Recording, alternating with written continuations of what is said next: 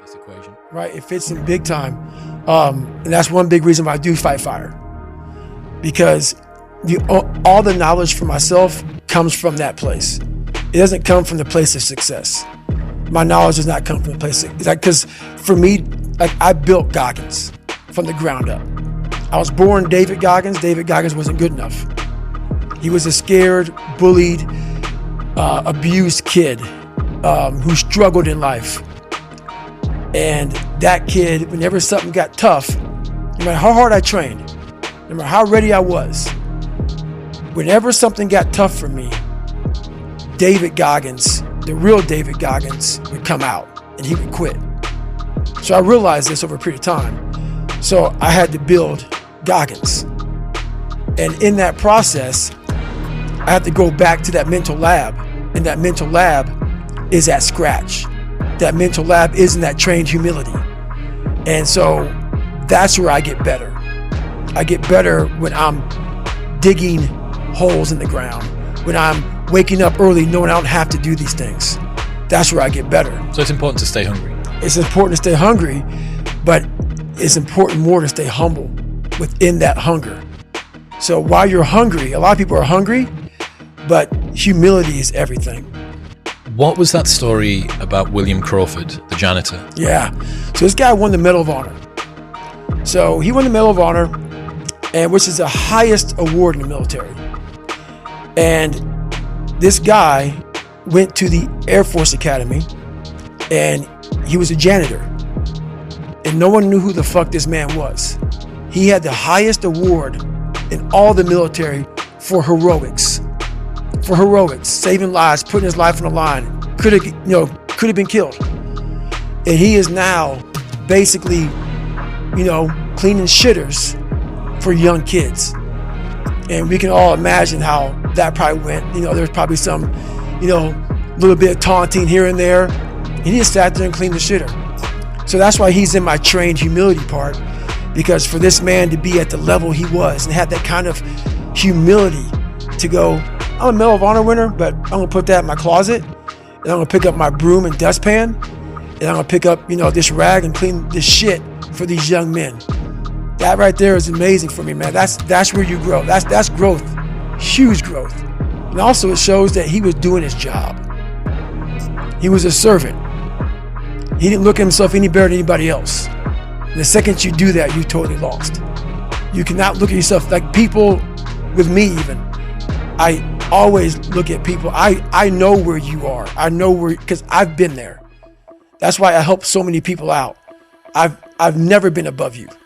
I've always pretty much been beneath you, and that's where my knowledge came from. So I know how to reach those people who are in the dungeon, because I've been there so many times. Speaking of getting too soft, did you see that there was a news story that came out recently about the treatment of SEALs during their selection process? Do you see this? Yeah, I saw it. Yeah, they were getting sprayed with tear gas whilst they were on the ground, and they were made to sing happy birthday so that they couldn't hold their breath while it was happening. Right. And there was a quote from this guy, I think this type of training is really senseless, said Sven Hjort, a Duke University associate professor who studies tear gas and its effects. It looks more like a form of hazing. Right. I see all that. Trust me. Like I said, I'm not going to sugarcoat anything. I understand that guy. I understand exactly where you're coming from. That is your personal opinion, and I totally get that.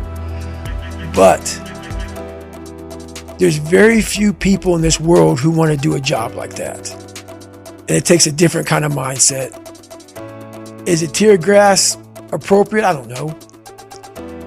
How hard that training is, I don't expect anybody to understand it, but 1%. But the loud voices of this world are the 99% who don't understand exactly what you have to do. That's why when I speak and you don't understand me, it's probably a good thing.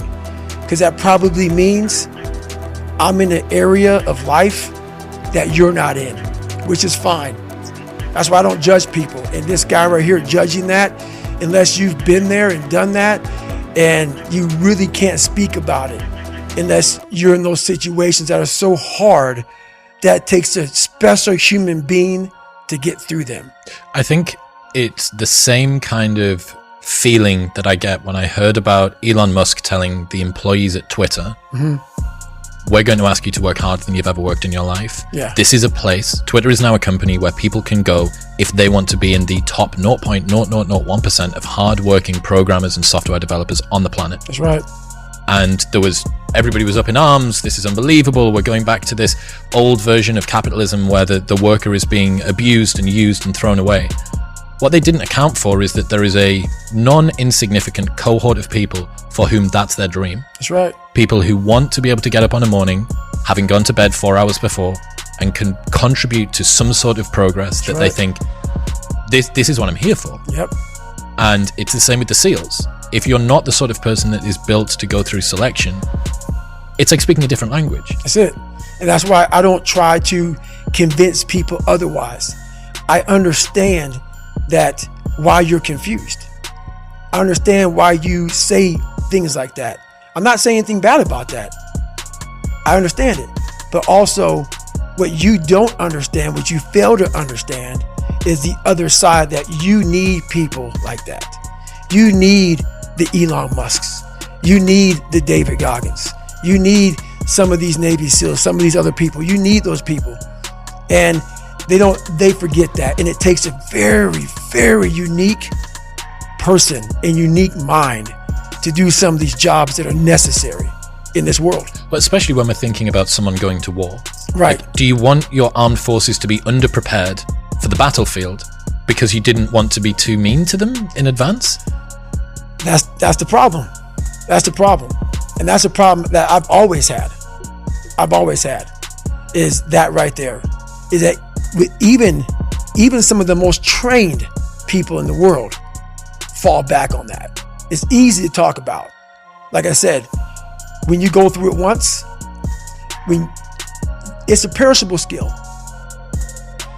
Hardness, mental hardening, mental toughness, it's a perishable skill.